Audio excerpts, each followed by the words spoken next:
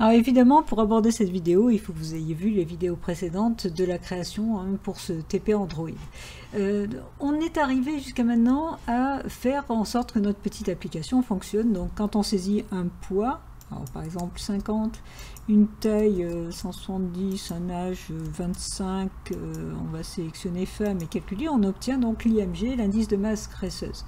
Alors pour le moment, si jamais j'arrête l'application et que je la relance, donc voilà, je redémarre l'application, qu'est-ce qui se passe au niveau de l'affichage? Eh bien, on obtient un écran à nouveau vide. Alors, on va attaquer dans les vidéos suivantes tout ce qui est persistance des données, c'est-à-dire enregistrement des données. Et après, on s'amusera à faire d'autres choses sur cette application. Mais donc, dans un premier temps, l'enregistrement, on va voir trois méthodes. Soit la méthode de persistance par la sérialisation, c'est ce qu'on va voir dans cette vidéo-là, c'est-à-dire un enregistrement en local dans un fichier binaire qu'on va pouvoir récupérer la fois suivante lorsqu'on exécute l'application. On verra dans les vidéos suivantes l'enregistrement dans une base de données locale, c'est-à-dire en SQLite. Et puis on verra aussi l'enregistrement dans une base de données distante, sur un serveur distant, par exemple une base de données MySQL. Donc voyons pour cette vidéo la persistance. Mais avant de démarrer, j'aimerais apporter une petite correction à ce que j'ai fait la dernière fois. La dernière fois, j'ai mis dans MainActivity, directement dans la méthode onCreate, la création de contrôle en lui affectant une instance. Ça me plaît pas trop que ce soit là parce que je préfère toucher le moins possible au onCreate et mettre tout dans init, puisque ma méthode init contient toutes mes initialisations. Donc je vais enlever d'ici cette ligne là et je vais la placer dans mon init, donc ici tout simplement. Ok, et là je crée mon contrôle ici. Alors c'est juste, je préfère, c'est plus propre et par la suite ça sera mieux quand même que l'on ait tout au niveau du init. Alors c'est parti pour la sérialisation. Alors pour une fois je vais vous donner un code qui est déjà fait à un certain niveau parce que ça va être un peu long sinon de tout vous expliquer et de tout vous faire écrire au niveau code, donc vous n'aurez plus qu'à recopier le code. Dans un premier temps, vous voyez, j'ai rajouté outils dans mon package général, donc du coup vous avez 4 packages au lieu de 3, il y a contrôleur, modèle, vue et outils. Je vous rappelle que pour créer un package, vous faites bouton droit sur le package parent, new, et vous allez dans package tout simplement. Donc créez le package outils, et dans le package outils, pareil, vous faites bouton droit, new, classe, Java class, et vous allez créer la classe serializer. Alors je vous montre à quoi ressemble cette classe parce qu'il va falloir que vous recopiez tout simplement son code. Alors cette classe, qui est une classe abstraite qui s'appelle serializer, elle contient en fait deux méthodes statiques, donc dans lesquelles on va accéder directement par le nom de la classe, la méthode serialize et la méthode deserialize. Donc serialize va permettre de mémoriser un objet dans un fichier binaire et deserialize va permettre de récupérer cet objet. Donc recopiez bien cette méthode serialize dans un premier temps et je vous explique quand même rapidement ce qu'elle fait. Elle reçoit un nom de fichier en paramètre parce que c'est dans ce fichier de ce nom-là que sera enregistré l'objet. L'objet est reçu aussi en paramètre, celui qu'on veut serialiser.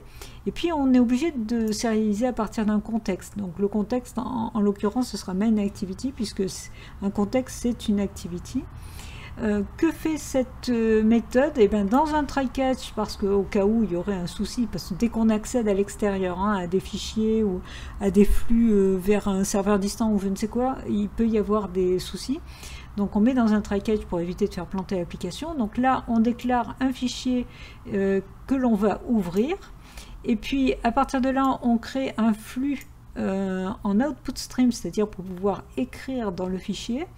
Ce flux, donc on le crée à partir du fichier qui a été déclaré juste au-dessus. On va écrire grâce à ce flux l'objet reçu en paramètre. Et puis on va pousser l'information et fermer le flux. Donc là, à partir de là, notre objet va être mémorisé dans le fichier.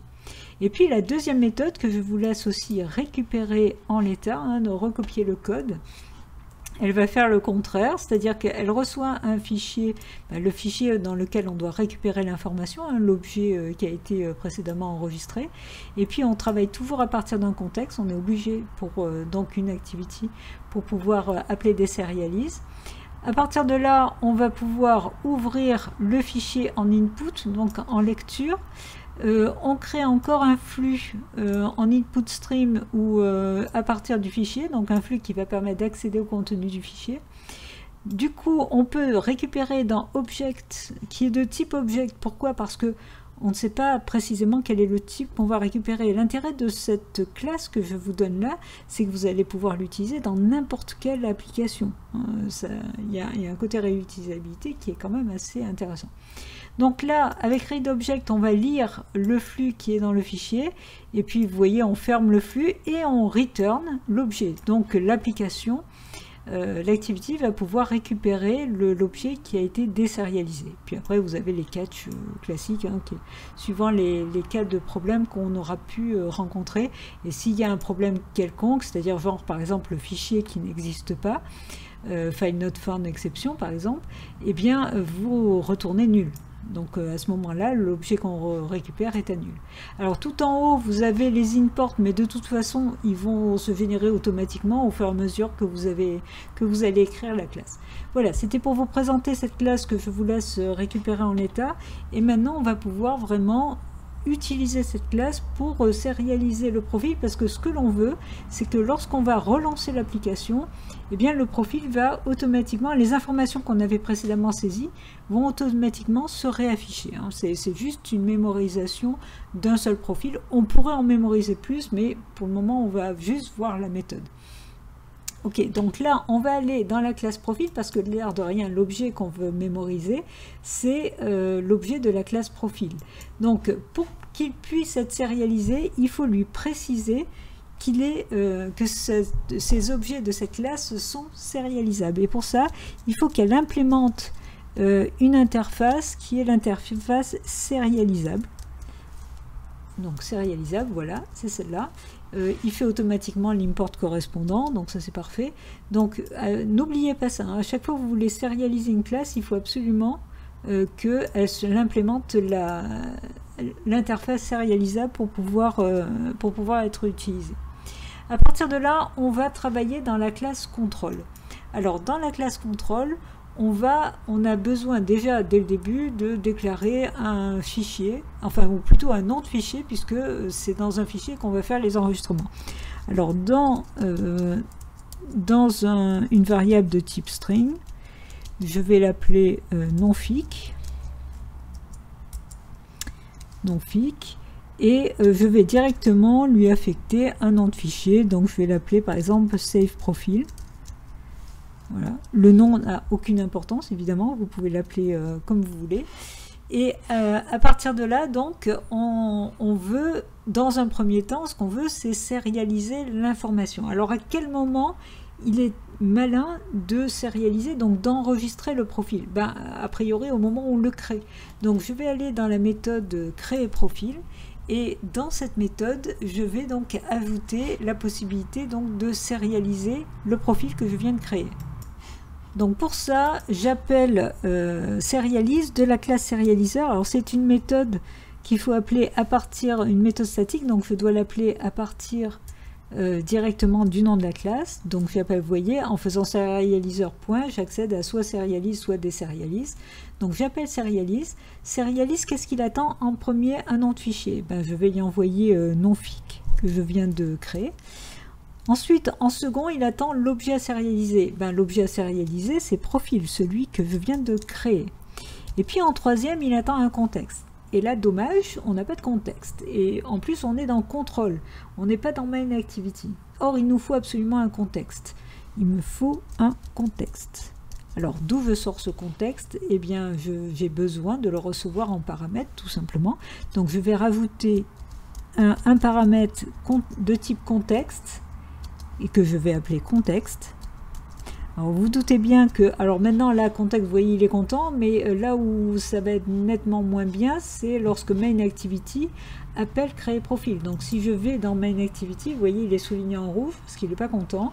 Et vous voyez ici j'ai une petite barre rouge, donc si je clique dessus, je vais directement sur la ligne correspondante. Effectivement, quand il appelle créer profil, il n'est pas content, c'est en rouge parce qu'il manque un dernier paramètre, et le paramètre c'est le contexte. Or je suis dans un contexte puisque je suis dans main activity, donc il suffit que je lui mette 10, c'est-à-dire que je lui envoie lui-même, et vous voyez il vous précise d'ailleurs le type du paramètre. Donc si je lui envoie 10, il sera content parce qu'il va recevoir le contexte, et là du coup dans contrôle il reçoit le contexte qu'on peut utiliser au niveau de la sérialisation. Alors maintenant, il faut que je m'occupe de la récupération justement de l'objet sérialisé. Donc je vais créer une nouvelle méthode que je vais appeler récup serialize. Donc je la mets en privé. Elle ne retourne rien. Je vais l'appeler récup serialize. Je vais y arriver. Serialize. Voilà. Et encore une fois, elle a besoin évidemment d'un contexte, puisque on va se retrouver exactement dans la même situation. D'ailleurs, au cas où même je ne vais pas le mettre, et vous allez vite voir le problème. Voilà, donc là, j'ouvre les accolades, et dans l'objet profil, puisque je vous rappelle que la méthode désérialise retourne un objet, je vais récupérer l'appel de serialiseur point, cette fois-ci désérialise. Il attend un nom de fichier en premier, donc je lui envoie nonfic. Voilà. Et en second, il attend un contexte. C'est pour ça que spontanément, je l'avais mis au niveau des paramètres. Donc vous avez bien compris que là, il faut que je rajoute le contexte en paramètres. Voilà. Donc là, il me manque le point virgule. Et là, il n'est pas content. Alors pourquoi? Je mets la souris dessus. Il me dit qu'il reçoit un object. Et il attend un objet de type profil. Profil est de type profil, et serialiseur désérialise renvoie un type object. Donc ça veut dire quoi? Ça veut dire qu'il faut que je parse tout simplement. Donc on sait faire ça déjà. Entre parenthèses devant tout ça, je lui précise que je veux transtyper, je veux parser en type profil. Là vous voyez, ce coup-ci il est content. Donc ça se passe bien à ce niveau-là. Maintenant il faut que je sache où j'appelle récup serialize. Alors à quel moment je veux récupérer l'objet? Eh bien autant le faire dès le début, au moment du démarrage de l'application. Donc après avoir créé une instance de contrôle, puisque au démarrage de l'application, le main activity va appeler getInstance. Donc si jamais c'est le premier appel et à ce moment-là l'instance est créée, à ce moment-là j'ai envie d'appeler récup serialize. Donc je fais récup serialize, et là vous voyez il ne reconnaît pas. Je commence à taper récup, il me devrait marquer récup serialize et il ne le met pas. Pourquoi? Alors pourquoi? Alors je ne sais pas si en mettant le nom entier il va m'aider, ça sera encore mieux. Récup serialize. Alors est-ce que il me met un message? Non, il me dit pas précisément d'où vient le problème. Alors je vais devoir vous l'expliquer. Je suis dans une méthode statique. Or une méthode statique ne peut pas faire appel à une méthode qui est non statique, parce qu'une méthode non statique n'est accessible que par un objet de la classe. Ça veut dire quoi? Ça veut dire que mon récup serialize, il faut que je le mette en statique pour pouvoir l'appeler directement ici. Et là, donc si je fais récup serialize, donc vous voyez là il le trouve, et bien évidemment il va falloir que je lui mette aussi un contexte. Donc on est encore dans le cas où je précise ici un contexte que je n'ai pas, donc que je dois ajouter en paramètre. Donc contexte, et je vais l'appeler donc contexte. Et évidemment, je vais me retrouver avec le même problème, c'est que le getInstance, il est appelé dans main activity.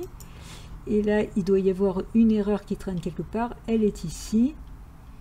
Donc voilà, elle est ici, soulignée en rouge. Il manque le contexte, donc je lui envoie 10 pour qu'il soit content. Contrôle est souligné, il y a autre chose qui lui plaît pas, je redescends. Regardez là, ce coup-ci, il ne trouve pas profil. Il ne trouve pas nonfic.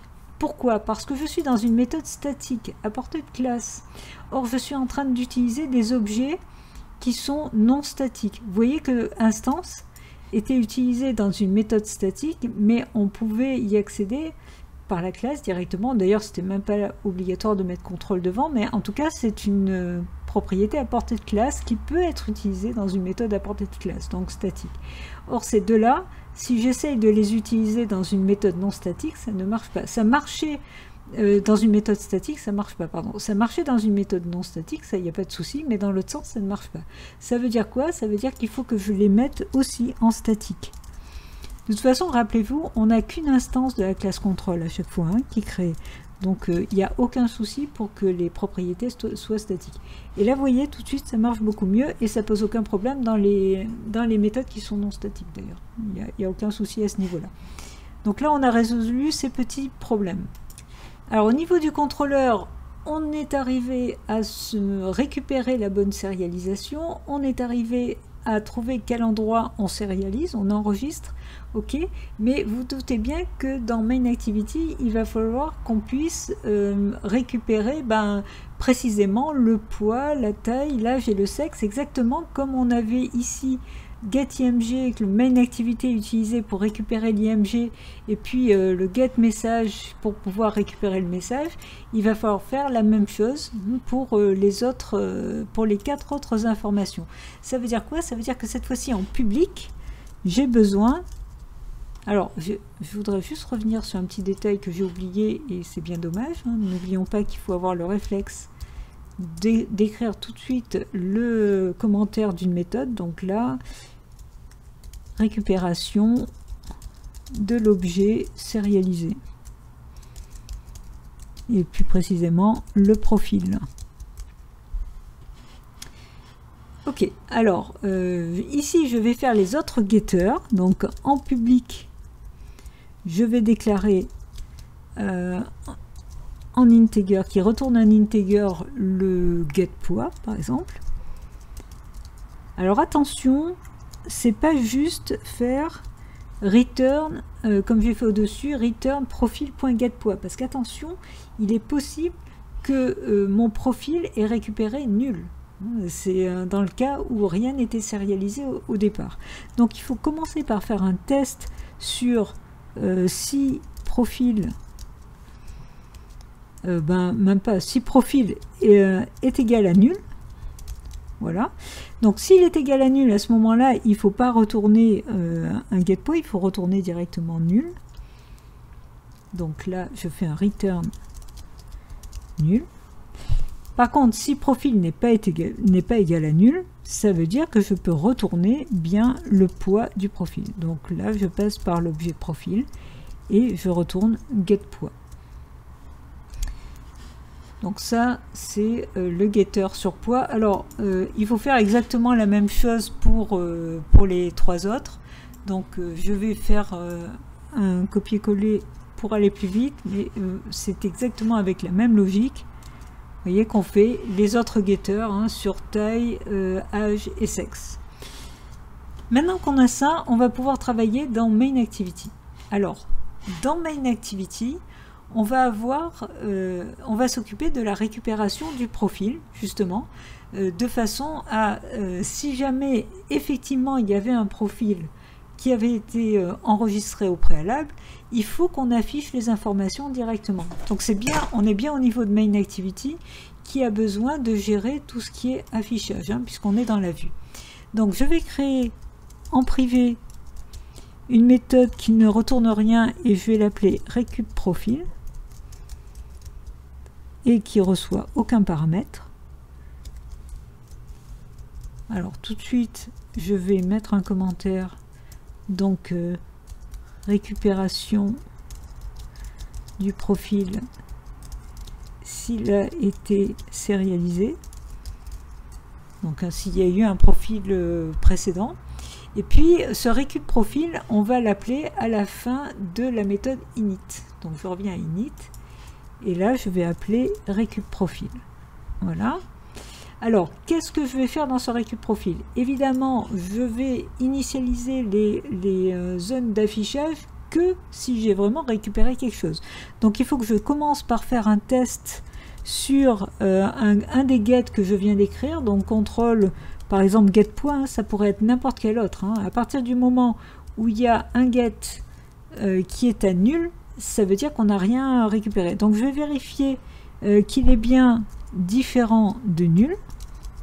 Et à ce moment-là, s'il est différent de nul, c'est qu'il y avait bien quelque chose d'enregistré au préalable, de sérialisé. Donc je vais pouvoir le récupérer. Alors comment je fais? Alors je vous rappelle que mes objets graphiques, par exemple TXT poids, je vous remonte un petit peu plus haut, ils ont été initialisés avec, enfin liés directement avec les objets graphiques de mon interface. Donc directement dans TXT poids, je vais pouvoir modifier son contenu avec le setter setText. Et dedans, eh bien, je lui affecte, j'ai mis une parenthèse de trop, voilà, je lui affecte la récupération à partir de mon contrôleur du poids, hein, de getPoids. Alors, là, il va falloir lui préciser, parce que getPoids va récupérer en fait un entier, je vais le transformer avec toString pour pouvoir l'insérer dans cette texte qui attend une zone de texte. De même, je vais faire la même chose pour la taille et l'âge. Donc je vais coller les deux lignes correspondantes parce que voilà, hein, c'est exactement la même chose pour la taille et l'âge. Alors par contre pour le sexe c'est un petit peu différent parce que le sexe, je vous rappelle, c'est un radio button. Donc il faut le checker, hein, il faut le sélectionner. Dans le cas où le sexe, donc si if control .getSex, alors si c'est égal à 1, je vais sélectionner le radio bouton homme, donc rd homme, voilà, .setCheck, et je le mets à true. Bon, mais dans le cas où c'est une femme, c'est bien le RD femme en quelque sorte qu'il faut sélectionner, mais on l'a pas encore initialisé. On a créé que RD homme. Donc ça veut dire qu'il faut que je déclare ici un RD femme. Je peux pas mettre RD homme à false. Ça va malheureusement pas mettre RD femme à vrai automatiquement. C'est dommage, mais c'est comme ça. Donc je suis obligé de déclarer le RD femme ici. Donc du coup, ici, évidemment, il faut que je le lie à l'objet graphique correspondant. Donc là, je fais un copier-coller de la ligne et je vais mettre RD femme. Et je vais lui affecter l'objet RD femme. Vous voyez qui existe. Donc ça marche très bien. Et du coup, dans ma méthode, eh bien avant le if, je vais tout simplement par défaut initialiser rdfem à cocher, donc le setCheck, je vais le mettre à true. Oula, true. Ok. Donc, femme est sélectionné par défaut, et dans le cas où c'est un homme, à ce moment-là, je vais sélectionner homme, qui va du coup, par défaut, désélectionner femme. Quand on sélectionne, ça désélectionne l'autre, mais par contre, quand on désélectionne, ça ne marche pas. Alors, une fois que ça c'est fait, eh bien, ce qu'on aimerait, c'est que le calcul s'affiche aussi, hein, qu'il n'y ait pas juste les informations qui s'affichent. On aimerait qu'il se passe comme si on cliquait sur le bouton calculer. Et bien pour ça, on peut simuler le clic, et pour ça, il suffit d'appeler le bouton calcul. Alors, c'est toujours un find view by id. Hop, hop, hop. Alors, find, je vais y arriver. Voilà, find view by id. À l'intérieur, je lui mets l'id du bouton. Donc c'est id. Et ce que je veux, c'est le bouton. Alors c'était btn. Voilà, btn calc. Ok. Une fois que j'ai ça, eh bien, il faut que je le transtype en button pour accéder à tout ce qui concerne les boutons. Toutes les méthodes sur les boutons, et tout ça je peux le mettre entre parenthèses, hein, j'ai pas besoin de passer par un objet intermédiaire, et du coup en mettant point j'accède à toutes les méthodes spécifiques au bouton. Du coup je peux accéder au perform click. Le perform click va tout simplement provoquer le clic sans que j'ai besoin de cliquer, hein, sur le bouton. Donc ça va simuler, je vais le marquer, simule le clic sur le bouton calcul. Voilà, donc là, maintenant, théoriquement, j'ai terminé. Hein, c'est-à-dire que qu'est-ce qui va se passer lorsque je vais exécuter l'application, si j'ai pas fait de bêtises et si tout marche bien? Eh bien, au départ, il va y avoir, lorsque le main activity, alors init, lorsqu'il crée le contrôle, ici, il va appeler donc la classe control, il va appeler le getInstance, et le getInstance va automatiquement faire du récup_serialize. Donc il va appeler la méthode récup_serialize qui est ici, qui va, si jamais il y a quelque chose dans un fichier, récupérer dans l'objet profil l'information, et donc va remplir toutes les informations par rapport à la classe, au modèle profil. Donc je vais avoir automatiquement le poids, la taille, l'âge, le sexe rempli. Ça veut dire qu'ensuite, dans main activity, lorsque j'ai donc le récup profil va être appelé dès le début, ici, voilà, juste après évidemment avoir créé le contrôle, et donc le récup profil va regarder si effectivement j'ai au moins un get poids, ou en tout cas quelque chose qui a été récupéré, et à ce moment-là on va automatiquement valoriser tous les objets graphiques et même faire le calcul automatiquement, déclencher le calcul. Et sinon, à quel moment va être enregistré un profil? Eh bien, c'est quand on clique sur le bouton calcul. Je vous rappelle qu'en cliquant sur le bouton calcul, on appelle la méthode créer profil. Et créer profil va s'occuper de sérialiser. Voilà, la boucle est bouclée. On va voir si tout ça, ça fonctionne. Donc, je lance l'application. Alors, l'application est lancée, pour le moment il n'y a rien qui s'affiche, c'est normal, hein, puisqu'on n'a pas encore enregistré de profil.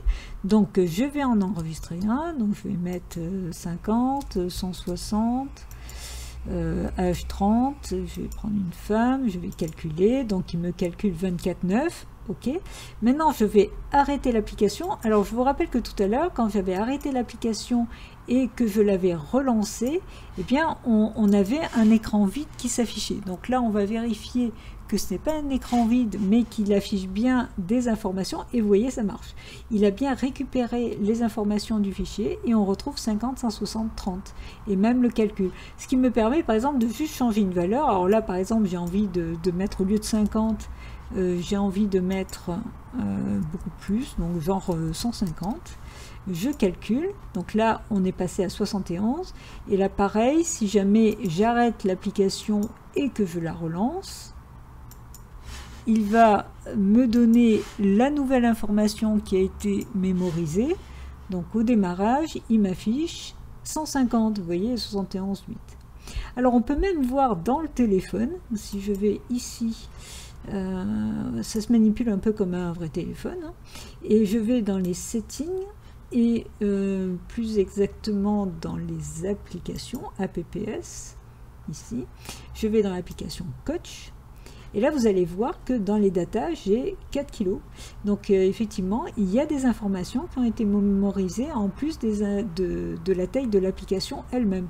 Et si je fais un clear data et que donc j'efface, là je vais passer à 0, et que je reviens au niveau de l'application, parce que je peux la relancer ici, hein, en cliquant sur Coach, et là vous allez voir que c'est vide, rien n'a été enregistré.